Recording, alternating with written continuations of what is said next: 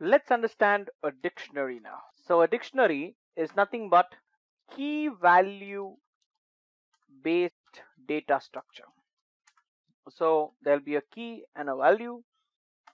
Okay, has to be key has to be unique, right? So you can get to the element using the, okay. So now if I say, how do I define a dict?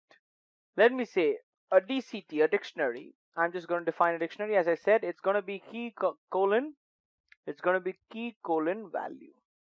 So let's say I'm just going to say there are different roll numbers for students and their corresponding name. Many a times we don't, the teachers would call the students using their roll number 40, roll number 20, unless they remember the name.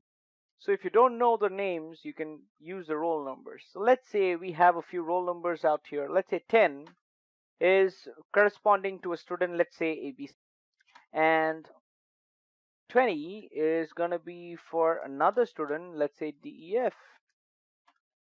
Okay, 21 or 30 is going to be for another student, we can say GHI. Or you're going to have 40, which is going to be JKL. Four names, four roll numbers. Of course, I can't say DCT of 1 now. It says no, key error. There is no key with 1. You need to call it with a key, which means if I say DCT of 10, it will tell me ABC.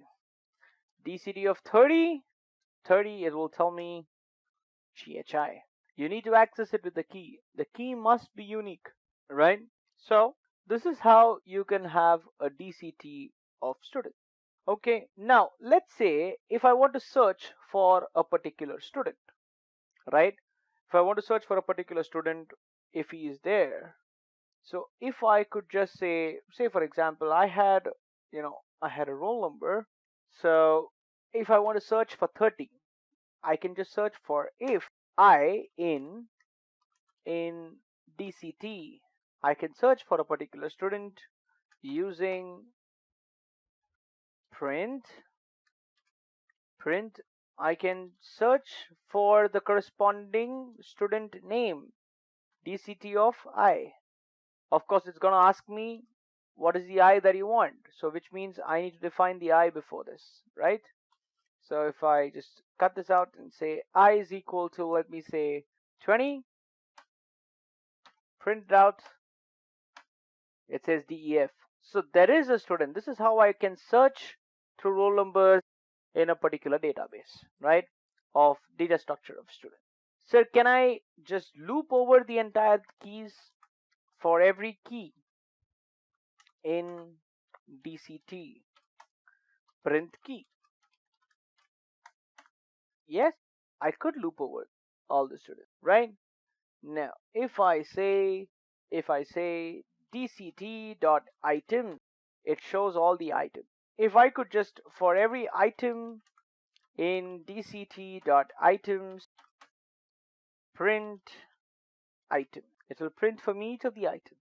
Or if I say for every value in DCT dot value, and if I say print value, it will print for me the value.